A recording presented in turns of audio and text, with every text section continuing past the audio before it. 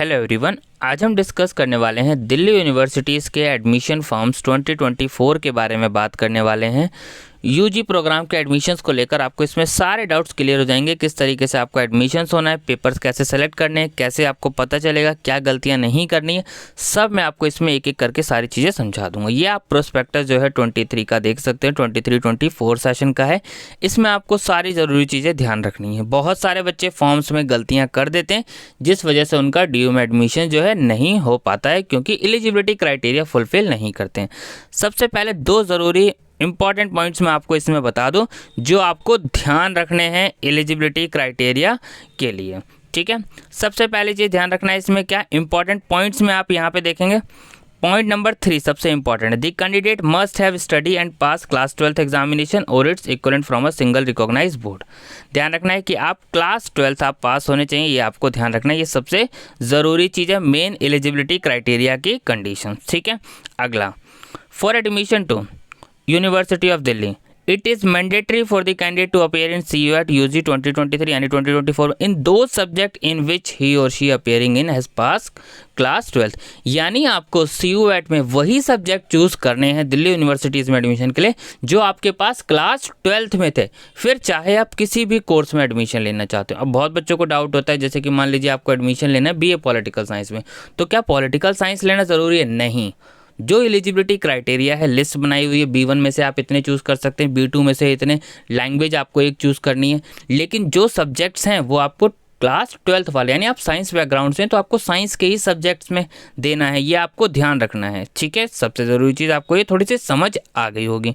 चलिए अब मैं आपको बताता हूँ कि कैसे आप लोगों को चीज़ों को गलतियाँ नहीं करनी है। देखिए, अब यहाँ पर आपको जो है चीज़ें बता रखी है कि सेक्शन 1A में लैंग्वेज के बारे में, सेक्शन 1B के बारे में लैंग्वेज में, फिर सेक्शन 2 में यहाँ पे आपको जो है सारे डोमेन पेपर दे रखे हैं, और सेक्शन 3 आपका जो है जनरल टेस्ट है। ठीक है, और यहाँ पे ये कोर्सेज दे रखे हैं दिल्ली यूनिवर्सिटीज़ में कौन कौन से कोर्सेज हैं। यहाँ पे आपने ये सारे कोर्सेज की लिस्ट देख ली।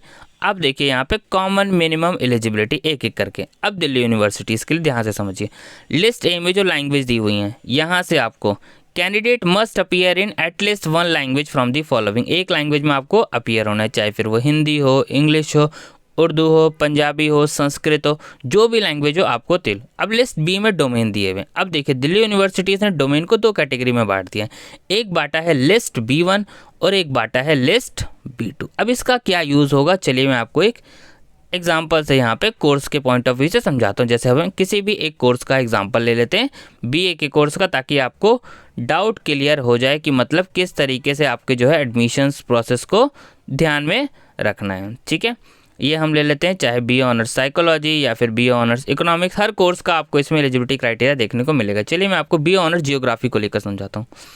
अब मान लीजिए आपको BA ऑनर्स जियोग्राफी में एडमिशन लेना है। ठीक है, तो उसके लिए देखिए क्या क्राइटेरिया है। Candidate must appear any 1 language from list A. List A में आपको पता है सारी लैंग्वेज दी हुई है, तो उसमें से आपको एक लैंग्वेज चूज करनी है, कंपलसरी है। Plus any 2 subject from list B1। List B1 से आपको 2 सब्जेक्ट चूज करने, और एक और सब्जेक्ट आपको चूज करना है, या तो फिर लिस्ट B1 से चूज कर लीजिए या फिर लिस्ट B2 से। यानी लिस्ट B1 से आप 3 सब्जेक्ट चूज कर सकते हैं, तब भी आप एलिजिबल हो जाएंगे। लेकिन अगर आपने लिस्ट B1 से 1 चूज करा और लिस्ट B2 से 2 चूज करे तो आप एलिजिबल नहीं होंगे। तो यानी लिस्ट B1 से ही आपको, और लिस्ट B1 में सारे मेन डोमेन पेपर दिए हुए हैं, तो आपको परेशान नहीं होना है। किसी भी कोर्स के आपको एलिजिबिलिटी क्राइटेरिया समझने में दिक्कत है, आप कमेंट कर दीजिएगा, उस टॉपिक्स पे वीडियो बन जाएगी। ठीक है, अब उसके बाद क्या करना है, CUET के फॉर्म्स में आपको ध्यान रखना है कि दिल्ली यूनिवर्सिटीज़ को भी सेलेक्ट करना है। ये आपको ध्यान रखना है, अगर आपने फॉर्म में दिल्ली यूनिवर्सिटी सेलेक्ट नहीं किया तो भी आप एलिजिबल नहीं होंगे। और उसके बाद आपको सेपरेट काउंसलिंग के फॉर्म्स फिल करने होते हैं, वो भी आपको फिल करना है। ठीक है, बाकी जो जो अपडेट्स आता जाएगा आपको वीडियो बना के अपडेट कर दिया जाएगा। Thank you.